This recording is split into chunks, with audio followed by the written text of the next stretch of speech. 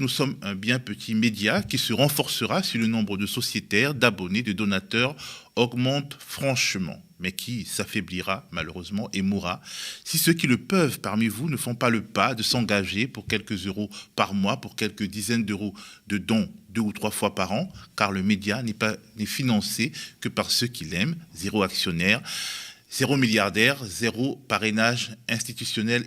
Vincent Bolloré.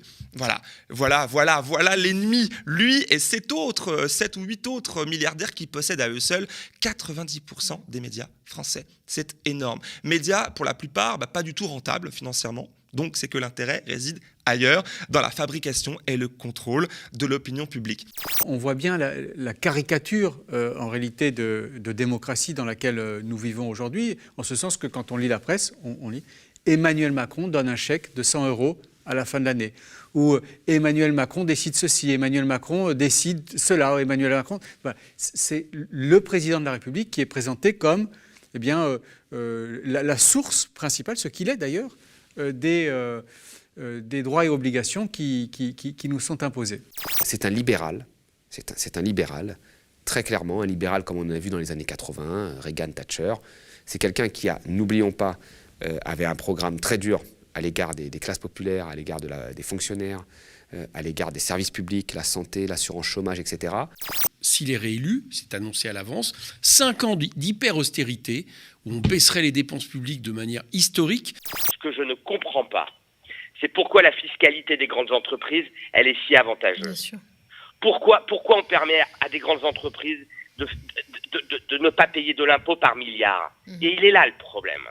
Structurellement, il y a des baisses pour les hôpitaux. 800 millions l'an dernier, encore cette année. Et donc le bilan, c'est les 5900 fermetures de lits en pleine crise du Covid. Antivax, anthroposophie, crudivorisme, traditionnalisme religieux. Les dérives sectaires sont multiples et les personnes sous emprise très nombreuses. Aux alentours de 500 000 personnes selon les statistiques.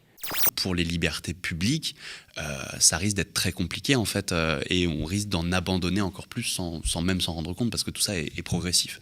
Depuis une dizaine d'années, il y a eu d'abord une baisse de la vigilance des pouvoirs publics et des médias sur cette question-là. Une des raisons, c'est le fait que tous les moyens se soient concentrés sur la lutte contre le radicalisme islamiste.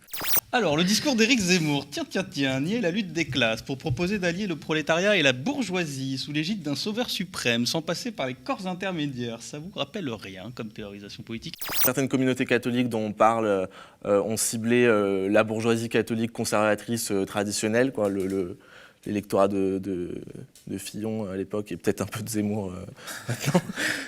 Les discours de haine de ce monsieur, comme d'autres, menacent gravement la cohésion de la société, la protection des droits humains et l'état de droit. Si rien n'est fait pour y remédier, le discours de haine peut s'infiltrer dans les interstices des institutions. Je pense notamment à l'école et provoquer des actes de violence qui mènent à la mort. Comme dans beaucoup d'autres écoles Steiner, une tolérance envers un laxisme en fait envers la violence entre enfants, parce qu'il y a l'idée que par exemple la cour de récréation reproduit l'ordre cosmique et qu'il ne faut pas la perturber. Je suis contraint de lutter contre ce fléau pour pas que les ados le vivent. Et j'ai pensé réellement au suicide dès la fin de la 3e parce que j'avais honte de ces 4 années de cauchemar. 18 enfants se sont suicidés en France depuis le 1er janvier.